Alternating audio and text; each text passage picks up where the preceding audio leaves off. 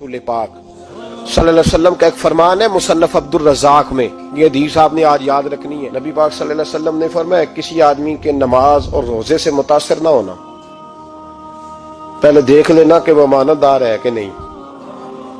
किसी के नमाज रोजे से मुतासिर नहीं होना, पहले देख लेना कि दयानतदार है कि देखना लोगों की जेबों पे कितनी नजरें डालता है। फरमाया बहुत सारे नमाज रोजे वाले धोखेबाजी करते हैं, दयानती न करें, अपने ओहदे का पास रखें, अपने मनसब का ख्याल रखें।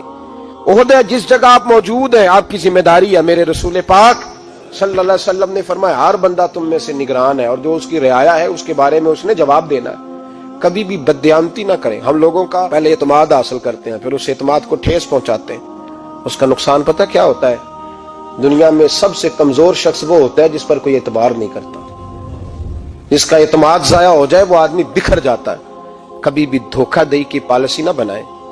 हम लोगों से मुफादात लेने के लिए अपने रवैये मीठे करते हैं और जब काम निकल जाता है फिर हमारे रवैये बदल जाते हैं। ये धोखा है, ये बदबयानती है।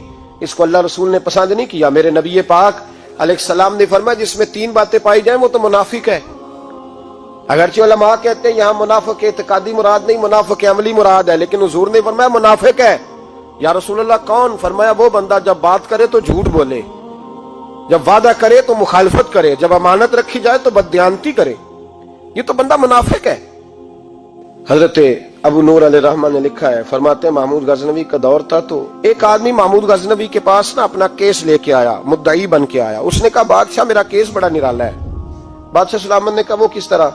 कहने लगा ये मेरे पास एक थैली है, मैं ना सफर पे जाने लगा तो ये थैली पूरी हीरों की भरी हुई। फलां इलाके के जो काजी साहब है ना, मैं जाती दफा मैं कहीं सफर पे जा रहा था तो मैं उनके पास छोड़ गया कि रास्ता लंबा है, कहीं कोई मुझसे छीन ना ले, हीरों की भरी हुई थी। कुछ दिनों के बाद मैं वापस आया हूं, काजी साहब ने मुझे थैली वापस की है तो इसमें हीरों की बजाय खोटे सिक्के निकले। अब मैंने काजी साहब से कहा है तो काजी साहब तो मेरे गिरेबान तक आते हैं, वो कहते हैं बता कहीं से फटी है, खुली है? वो जिस तरह टांके लगा के तूने सी थी उसी तरह लगे हुए हैं कि नहीं? तो हुजूर लगे भी बिल्कुल उसी तरह है, ना फटी है ना खुली है। अब मैं लुट गया हूं, मेरी कुल उम्र की कमाई जाया हो गई, खोटे सिक्के कहां और हीरे कहां? तो मेहरबानी करें और आप की बारगाह में अल्लाह रसूल के नाम पर हलफ देता हूं कि मैं हूं बिल्कुल सच्चा। महमूद गजनवी कहने लगे तू जा, थैली छोड़ जा और जब मैं तुझे बुलाऊंगा फिर दोबारा आना। वो शख्स चला गया। महमूद गजनवी उठे, दरबार बर्खास्त किया, लोगों से कहने लगे चले जाओ, मैं 3 दिन के लिए सैर करने जा रहा हूं, 3 दिन के बाद लौटूंगा। अकेले जब रह गए ना महमूद दरबार में तो महबूब ने छुरी मंगाई। वो जिस तख्त पे बैठते थे वहां गद्दा बिछा हुआ था, ये गद्दा पड़ा ना, वो गद्दा बिछा हुआ। तो महमूद ने छुरी के साथ उसको फाड़ डाला और छुरी जेब में रखी निकल गए। कहने लगे मेरे बाद कोई मेरे दरबार वाले इहाते में दाखिल ना हो। महमूद चले गए। अब वो सफाई करने वाला जब आया ना, उसने आके देखा तो गद्दा तो फटा हुआ है। उसने शोर डाल दिया, पहरेदार भी आ गए, फलां साहब भी आ गए, फलां साहब। उसने कहा ओ खुदा के बंदो उसका गद्दा फट गया है, वो तो मार डालेगा। उसने कहा था सिवाय सफाई और निगरानी वाले के दूसरा आए कोई ना, और यहाँ आया भी कोई नहीं। पहले दिन ही फटा हुआ है तो लटका देगा सबको, क्या करें? शोर हो गया, सारे दरबार के मुलाजिमीन इकट्ठे हो गए। एक बंदा बोला, कहने लगा फिक्र ना करो, मैं कैसे बंदे को जानता हूं, इस तरह सिएगा कि जिसने फाड़ा होगा उसे भी पता नहीं चलेगा कहां से फटा था। ऐसा बेहतरीन रफू करेगा कि पता भी। उसने कहा यार हम सारे एक एक महीने की तनख्वाह देते हैं, तू बंदा बुला। वो बुला लिया उसको, उसका नाम मोहम्मद रफूगर था। वो आया, उसको गद्दा दिखाया, उसका यार इस तरह सीना पता ना चले। उसने कहा फिक्र ही ना करो, मैं बड़ा कारीगर हूं। बड़े बड़े कारीगर लोग नहीं हमारे मुल्क में पाए जाते, कोई निशान छोड़ते हैं पीछे। बड़े कारीगर का पैसे होने चाहिए, बड़े बड़े कारीगर बंदे। आप यकीन करें ऐसा ऐसा फलसफा, ये उम्रा इबादत है ना, सरकार दो आलम सल्लल्लाहु अलैहि वसल्लम की बारगाह की हाजिरी बड़ी नेमत है ना। तो सऊदी गवर्नमेंट ने पाबंदी लगा दी, खैर उनकी भी ज्यादती है। इस तरह की पाबंदियां शरीयत इस्लामिया में जायज नहीं। अल्लाह के घर मुसलमान जब चाहे जा सकता है, लेकिन वो कहते हैं जी 2000 रियाल दे जिसने 2 साल बाद भी आना है। उन्होंने पाबंदी लगाई तो हमारे एजेंटों ने भी कई खास ट्रेनिंग हासिल की हुई है, पता नहीं कहां से सीख के आए, उन्होंने भी रास्ता निकाल लिया। एक साल से मैंने कहा कि जनाब वो 2000 रियाल लग गया तो क्या करना है? कहने कोई मसला नहीं, पासपोर्ट नवा बनवा लो, गुंजाइश है। यानी हर शय का हल है। तो मैंने कहा यार अब उमरा करने जाते वक्त भी बंदा धोखा दे के ही जाए, اللہ کے گھر جاتے وقت بھی اس طرح کی حرکت کرے. کیا حال ہو گیا. ہر چیز کا لوگوں نے حل نکال لیا, ہر چیز کا لوگوں نے سٹائل بنا لی. ایسا نہ کریں, یہ درست نہیں. احمد رفو گر کہنے لگا اس طرح سیوں گا کہ پھاڑنے والے کو بھی پتہ نہیں. ان کا پیسے لے یار تو سی دے. اس نے سی دی. اگلے شام ہی لا کے بچھا دیا گدا. تیسرے دن بادشاہ سلامت آئے, آ کے پہلی نظر گدے پہ ڈالی. اس نے بلایا سب ملازمین کو, کہا کس نے سیا ہے؟ کہا جناب کیا ہوا؟ کہا یہ پھٹا ہوا تھا. کس نے؟ کہا نہیں پھٹا ہی نہیں. وہ کہنے لگے بنو مت, میں خود پھاڑ کے گیا تھا. تو بتاؤ صحیح سیا کس نے ہے؟ کہا جناب آپ پھاڑ کے گئے تھے تو بتایا کیوں نہیں؟ فرمانے لگے اسی لیے تو بتایا نہیں تھا کہ تم خود تحقیق کر لو. بلاؤ بتاؤ سیا کس نے. تو بلا لیا. احمد رفو گر آ گیا. اس کو جب بلا کے سامنے بادشاہ کھڑا کیا, کہا بھائی تو نے سیا ہے؟ کہنے لگا حضور آپ کے سارے ملازم کٹھے ہو کے آئے تھے, میری غلطی کوئی نہیں. کہا نہیں یار تو بڑا کاریگر ہے, میں نے اپنے ہاتھ سے پھاڑا تھا پر مجھے بھی نہیں پتا چل رہا کہاں سے پھٹا تھا. اچھا یہ بتا یہ تھیلی جو ہے یہ بھی تو نے سی تھی؟ اس نے کہا جی آپ کے خادم کا ہی کارنامہ ہے. وہ فلانے علاقے کے قاضی صاحب آئے تھے, اس میں سے ہیرے نکال کے تو کھوٹے سکے بھرے تھے, تو مجھے بھی تھوڑا سا حصہ ملا تھا. محمود نے سارے گواہ بھی اکٹھے کر لیے, ثبوت بھی اکٹھے کر لیے. پھر قاضی کو بلایا, پہلے سارے ثبوت اور گواہ کیس حل کر لیا. پھر ہمارے ہاں یہ حال ہوتا ہے کہ مدعی 2-3 ہفتے کے بعد خود ہی ہاتھ باندھ جاتا ہے, کہنا تسی میری جان چھڈو, مجرم پھڑو پاوے نہ پڑھو. وہ کہتا ہے مجھے معافی دو, میں رہا. ظلم ہے نا, ظلم زیادتی ہے کہ جو بیچارہ اتنے سوال مجرم سے نہیں ہوتے جتنے مدعی سے ہوتے. آپ یقین کریں اتنے سوالات ہوتے, بیچارہ ہف جاتا ہے. یہ طریقہ درست تو نہیں ہے کہ لٹ گیا اور دوسرا طرح طرح کے سوالوں کے جواب دیتا پھرے بیچارہ. سارے ثبوت اکٹھے کر کے قاضی صاحب کو بلایا, تنہائی میں لے جا کے.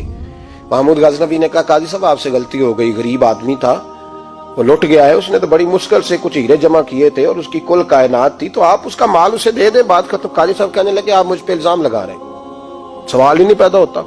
آپ میری داڑھی دیکھیں, آپ میرا اعزاز دیکھیں, دنیا جانتی ہے میں کہا قاضی صاحب انسان بھول ہی جاتا ہے, بندہ بھول جاتا ہے, غلطی ہوگی. مال نے کہا نہیں سب. کہا میں تنہائی میں پوچھ رہا ہوں, میں اس وقت پوچھ رہا ہوں جب دوسرا موجود کوئی نہیں.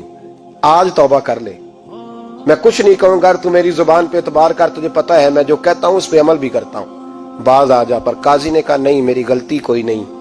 محمود نے پھر بھرے دربار میں بلا لیا. مجمع عام میں مہلت کے دنوں میں جو توبہ کر لے وہ بچ جاتے ہیں, لیکن لوگ رسوائیوں کے دنوں میں پھر واپس لوٹتے ہیں اگلا گھر دیکھ کے, پھر حالات اور طرح کے ہو چکے ہوتے ہیں. جب بھرے دربار میں قاضی کو بلایا, بھائی تو مانتا ہے کہ نہیں؟ اس نے کہا نہیں. تو کہا بلاؤ احمد رفو گر کو.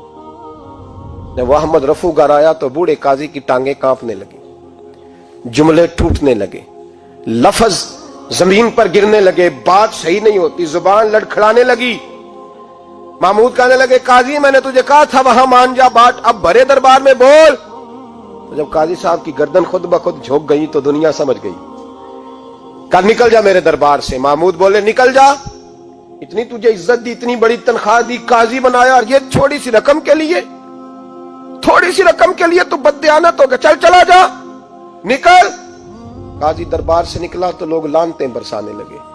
کل جو دکانیں چھوڑ کے سلوٹ کرنے آتے تھے وہ کہنے لگے اس کی عمر دیکھو, اس کے کام دیکھو, دیکھو اس نے کیا کیا. گھر گیا, بچے جن کے لیے پاپ کمایا تھا, جنہاں لی تو پاپ کمائے ہن کتھے نہیں ہو تیرے گھر دے. وہ بچے کہنے لگے ابا جی ہم تو سکول مدرسہ جانے کے قابل نہیں رہے, امید تھی کہ بیوی ساتھ دے گی. وہ کہنے لگی میں میکے کیسے جاؤں گی, گلی کی عورتیں طرح طرح کی باتیں بناتی ہیں. اور بھائی کامیابیوں کے بڑے سربراہ ہوتے ہیں, کوئی کامیاب ہو جائے تو سارے کہتے ہیں میری سپورٹ سے ہوا ہے. ناکامیاں ہمیشہ یتیم ہوتی ہیں, ناکامیوں کا کوئی سربراہ نہیں ہوتا. جب تک تو قاضی تھا تو بڑے بات تھی, ہر بندہ کہتا تھا رشتہ دار ہے. رسوائی ہو گئی تو وہ تیری آنکھ ہو یا سنگ ملامت کی چبھن, کون پہنچا ہے میرے درد کی گہرائی تک. دور شہرت میں تو یاروں نے کیا یاد بہت, ساتھ آیا نہ کوئی کوچے رسوائی تک. اور میاں صاحب کہنے لگے ساری عمر ہی آٹا گد ہے, میں لکھاں کیتے نہیں پیڑے, اب وقت آیا ہی تے محمد بخشا کوئی نہیں ہوں بیٹھا نیڑے. حالات ہی بدل گئے.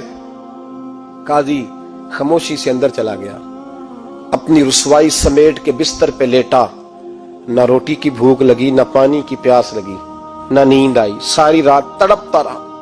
سویرے گھر والوں نے دروازہ کھولا تو روح پرواز کر گئی تھی, دنیا چھوڑ گیا. حضرت ابو نور علیہ رحمہ بولے, فرمانے لگے یاد رکھو کبھی بددیانتی نہ کرنا, कभी ये तो महमूद गजनवी की अदालत थी, कयामत में रब करीम की अदालत लगेगी। और फरमाया वहां तो गवाही देने वाला अहमद रफूगर था, कयामत में तो तुम्हारे अपने हाथ पैर गवाहियां देंगे, हमारा अपना वजूद गवाही देगा।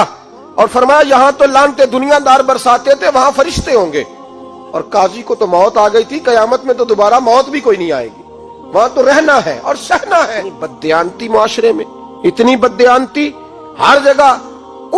उस मुआशरे का भी कुछ बनेगा जहां दवाई भी खालस ना मिले, जहां दवाई में भी बददियानती हो। लोग अपने बच्चे को ऑक्सफोर्ड यूनिवर्सिटी में पढ़ाने के लिए गरीबों के बच्चों के रगों में जो दवाई उतारे वो भी 2 नंबर। इतना बड़ा भी को बददियानत मुआशरा होता है कि लोग यहां तक धंधा करें, यहां तक कि लोग लोगों की जिंदगियों से खेल जाएं और हमें एहसास तक ना हो कि कोई मर जाएगा, कोई डूब जाएगा, क्या बनेगा। और जिसने वो अपनी रजिस्टर की दवाई की, उसने 2-4 लाख रुपया लिया और उसने ये नहीं सोचा कितने इंसान मेरी वजह से मरेंगे। कत्ल सिर्फ ये तो नहीं होता गोली मार के मार देना, लोगों की जिंदगियों से लोग खेल जाते हैं, लोग तबाही कर जाते हैं, लेकिन बददियानती से बाज नहीं आते। मेरे रसूल पाक अलैहिस्सलाम के गुलामों, नबी पाक सल्लल्लाहु अलैहि वसल्लम ने जरा सी बददियानती, और सहाबा का ये मिजाज था, इतनी सी भी कभी उनसे गलती होती तो तड़प